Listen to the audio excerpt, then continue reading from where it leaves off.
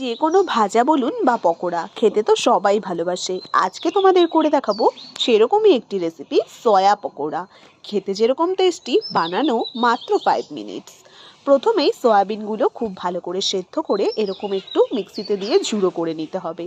এবার তাতে দিয়ে দেব পেঁয়াজ কুচি, আদা কুচি, রসুন কুচি, কাঁচা লঙ্কা কুচি, বড় চামচের 4 চামচ বেসন, 2 চামচ চালের গুঁড়ো, সামান্য বেকিং সোডা, সামান্য নুন, হলুদ, জিরের গুঁড়ো, সামান্য চাট মশলার গুঁড়ো আর লাল লঙ্কার গুঁড়ো দিয়ে খুব ভালো করে ডলে ডলে মেখে নাও।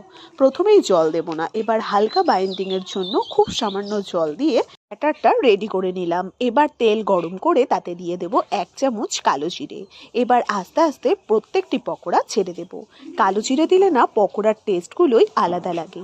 কালো জিরেটা মুখে পড়ে আর টেস্টটাই যেন দুর্দান্ত লাগে। তোমরা একবার এই স্টাইলে করে দেখো।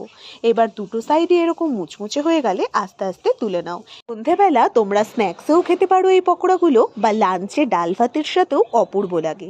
তোমরা বানিয়ে জানিও তো তোমাদের কোনটা দিয়ে বেশি ভালো লাগে।